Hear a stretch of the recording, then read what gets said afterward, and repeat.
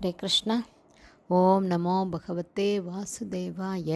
ஹரே கிருஷ்ணா. ஸ்ரீமத் பகவத்கீதை அத்தியாயம் 3 கர்மயோகம் பதம் 4. ந கர்மணாம் அனாரம்பான் நைஷ்கர்மியம் புருஷ அஷ்ணுதே ந ச சந்யனா தேவ சித்திம் சமதிகச்சதி. டிரான்ஸ்லேஷன்: செயலிலிருந்து தப்பிப்பதால் மட்டுமே விளைவுகளிலிருந்து விடுதலை பெற முடியாது. துறவால் மட்டுமே பக்குவம் பெறவும் முடியாது. Purport by Srila Prabhupada. ஜெய் ஷீல பிரபாத். அதாவது சாதாரண உலக மனிதனுடைய இதயத்தை தூய்மைப்படுத்துவதற்காகத்தான் விதிக்கப்பட்ட அறக்கடமைகளை செய்யணும் அப்படின்னு சாஸ்திரங்கள் சொல்லுது. அப்படி விதிக்கப்பட்ட அறக்கடமைகளை பற்றுதல் இல்லாமல் செய்யும்போது தான் ஒருவனால் தூய்மை அடைய முடியும். அந்த மாதிரி தூய்மை அடைஞ்ச பிறகு தான் துறவு வாழ்க்கையை மேற்கொள்ள வேண்டும்.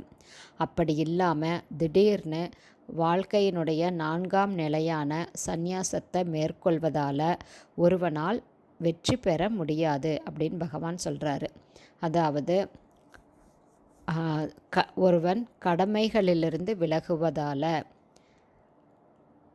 கடமைகளிலிருந்து விலகி தப்பிப்பதால், அப்படி துறவு வாழ்க்கையை, சந்நியாச வாழ்க்கையை மேற்கொள்வதால் ஒருவன் தூய்மையடைய முடியாதுன்னு இங்கே பகவான் சொல்கிறாரு.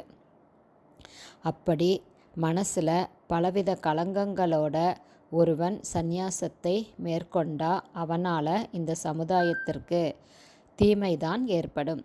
இப்படிப்பட்டவங்க தான் போலி சந்நியாசியாக இருந்து மனம் பக்குவம் அடையாமல், உயர்ந்ததான தூய்மை நிலை அடையாமல், பலவித கலங்கங்களோட பலவித ஆசைகளோட சந்நியாசத்தை ஏற்று போலி சந்நியாசிகளாக உலகத்தில் பல தீமைகளை செஞ்சுட்டு வர்றாங்க. அதை தான் இங்கே பகவான் கிருஷ்ணர் கண்டிக்கிறாரு.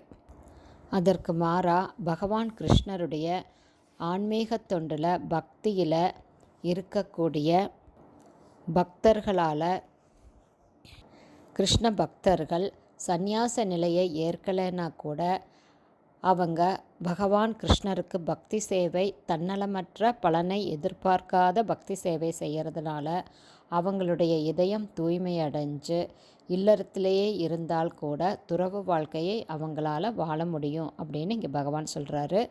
ஹரே கிருஷ்ணா. குருதேவ்க்கு ஜெய்.